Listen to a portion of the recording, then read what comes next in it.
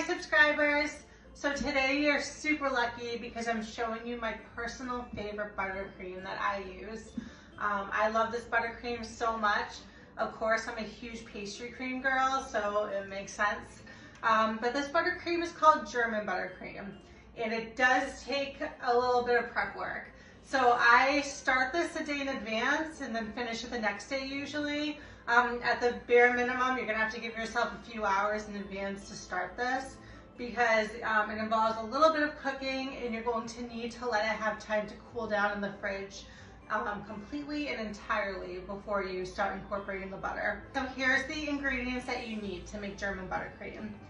Granulated sugar, 4 sticks of butter, 2 egg yolks, a vanilla bean. You can also use vanilla extract if you don't have a vanilla bean handy, but I get really excited when I see those little like vanilla beans in my frosting, so I always like to use vanilla beans. Cornstarch and whole milk. You can't skimp on the whole milk, it needs to be whole milk. I know that's a lot of calories or whatever, but you cannot use anything except whole milk for this. All right, so let's get started. We're going to start by making our pastry cream. So let's head on over to the stove. So I have a pot roughly this size. Put it right on my burner. 1.5 cups of milk right into my pot. And my vanilla bean, you're just going to slice it in half lengthwise. So you don't need to get out every single seed or anything wild like that. Just scrape it a little bit and kind of, you know, get it going a little bit. Now I'm gonna throw my seeds and my pod right into my pot. I'm gonna turn my heat on medium high, and I have my cake scraper, so I'm just gonna move this around a little bit, and I'm gonna bring this to a simmer, kind of get it bubbling a little bit. All right, so this is simmering now, so I'm gonna take it off the heat and set it aside to infuse. All right, so next I have a large bowl, and in my large bowl, I'm going to put in 2 egg yolks, 1/4 cup of cornstarch, 1/2 cup of milk, 2/3 cup of granulated sugar. Give this a whisk. All right, now I'm going to add my hot milk and vanilla bean mixture right into my egg yolk mixture. Now this is where you might run into problems because you're gonna want 3 hands and you don't have 3 hands. But basically you need to whisk this continuously as you're pouring this in. Otherwise you're going to have scrambled eggs. So I'm gonna go put this down and very slowly I'm gonna start pouring this in as I am whisking it. And you're gonna wanna whisk hard.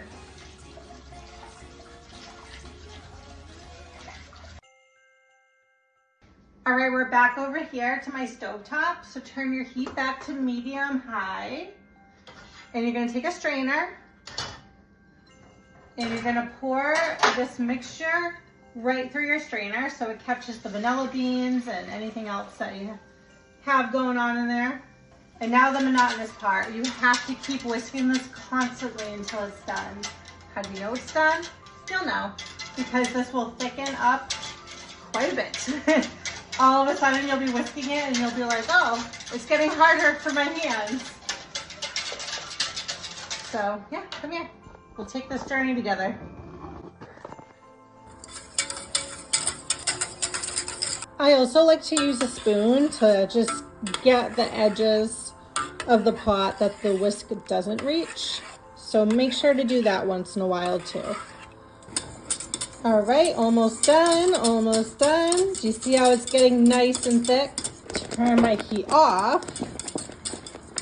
And we're done. Move that off. And let that chill for a sec.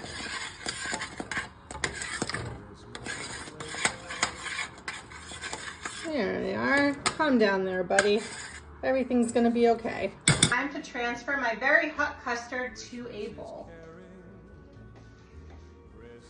So now I'm gonna cover it with plastic wrap, and the plastic wrap has to touch the top of your custard. And this will prevent the skin from forming. Like, you know, when you make like pudding, then like a gross skin forms over the top that no one wants to eat. Yeah, you don't want that. Awesome. All right, we're done with the first part of this buttercream. But this has to cool down completely and entirely before we can move forward with adding the butter, which is what will make it buttercream. So I'm going to let this chill for a few hours. I'm going to leave it out at room temperature because we don't want to put anything hot in our fridge. So yeah, I'm gonna leave this out for a little bit, probably like a half an hour, and then I'll stick it in my fridge for a couple hours. See you guys in a bit. Okay, so I just took my pastry cream out of the fridge. Now I let it set overnight just because I got really busy last night and couldn't finish this. But really it just needs like 2, maybe 3 hours to set up in the fridge, and then you can start using it. But again, I waited overnight, no particular reason other than busyness at jiu-jitsu. I don't know. So I'm gonna uncover my pastry cream. All right, now as you can see, it's quite gelatinous when you take it out of the fridge for the first time overnight. Now this is where a lot of people will freak out and they'll be like, oh, it's so gross. No, it's not, it's normal. You're just gonna wanna take your spoon and give it like a really, really good whisk. Get all of the lumps out. There, it's already getting a lot smoother.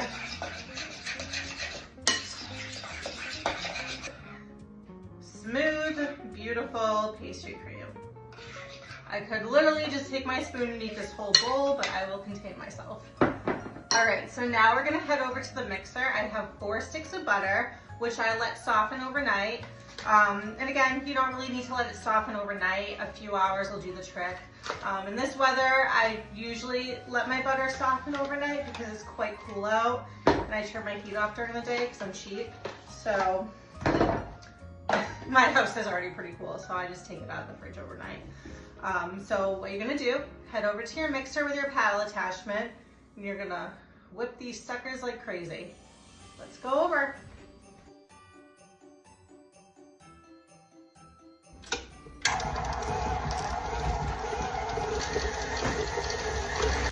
So until your butter is completely creamed, you are going to get a lot of clumping in your paddle attachment. That's fine, that's normal. So you're just gonna take your scraper and just force it out and then keep going. You're probably gonna have to do that a few times.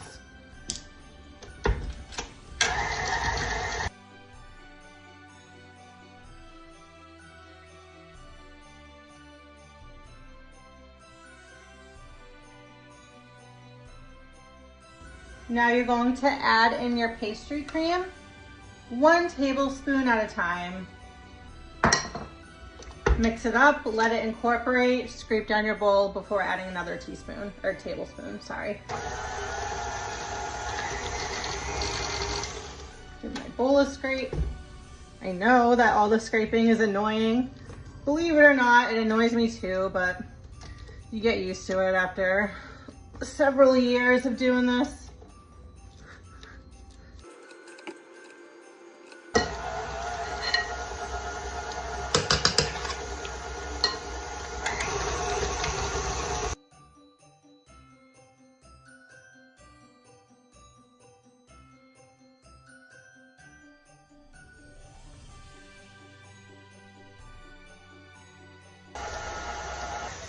Okay, so I'm done incorporating my custard, and look how terrible my buttercream looks. Yikes, not something that you would think about putting on a cupcake, right? Because I would not put that on a cupcake. That's fine. So if you watched my Swiss meringue buttercream video, you know that there are troubleshooting options for these more complicated buttercreams. Now, I believe that this got like this because of my cold pastry cream. I think technically you're supposed to leave it out of the fridge until it gets to room temperature, but I'm not crazy about doing that just because food safety and general laziness and poor planning. So I'm gonna do what I did with my Swiss meringue. Yes, that's definitely what happened. So my cold pastry cream interacted with my warm butter and caused my butter to curdle the cold one out, as it does. So we're gonna head over to my pot, and I'm going to put this on warm heat, let it melt for a little bit, not totally, just slightly melting, you know, make it a little happy. And then we're gonna come back here and watch it re-whip into goodness, hopefully. No, definitely, let's be confident. All right, let's head on over to the stovetop. When I first started all of these more complicated buttercreams, I was so unhappy because I was like, this is so difficult. I can't do this. Nothing is working. My buttercream is splitting. I have to throw it all away. And I can't believe how much food I wasted back then, throwing whole vats of buttercream away when there's simple fixes. So you guys are lucky that you got me. I'm kidding, by the way, I'm not that conceited. Kind of. Okay, so let's heat this up a little bit, get it a little bit melting, and yeah, let's watch it work its magic.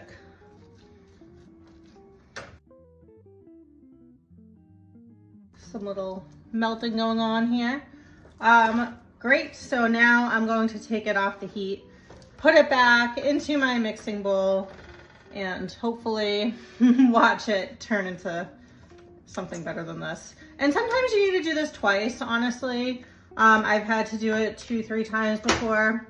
Buttercream, when you get into more advanced buttercream techniques, it gets a lot more finicky.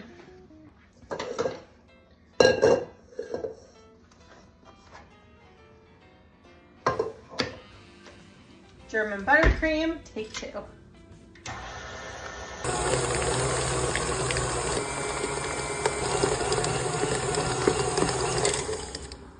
All right, we are coming together much better now.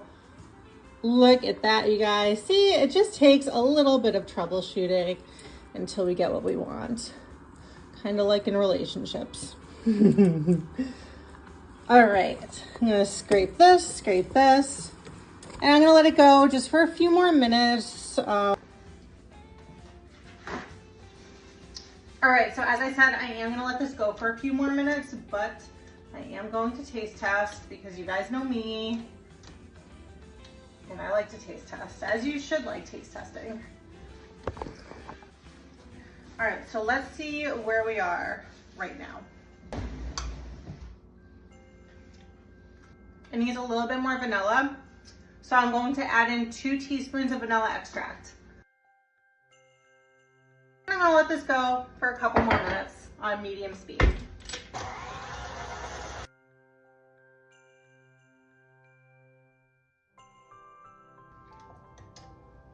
All right, I'm gonna go frost my cupcakes now. All right, so this buttercream pipes really good and it stays stable. The only thing is that if you're not eating this right away, you're going to have to put these cupcakes or whatever you frost this with in the fridge. Let's see how this pipes.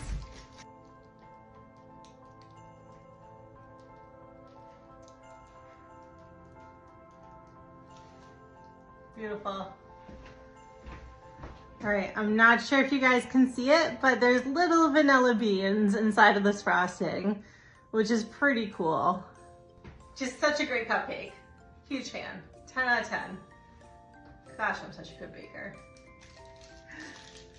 All right, well, that's it. I'm gonna finish frosting these cupcakes. I'm gonna decorate them with fun little fruits. Yeah, if you guys have any questions, comments, concerns, criticisms, suggestions, I would love to hear all of them. Just comment below. And as always, thank you guys for watching.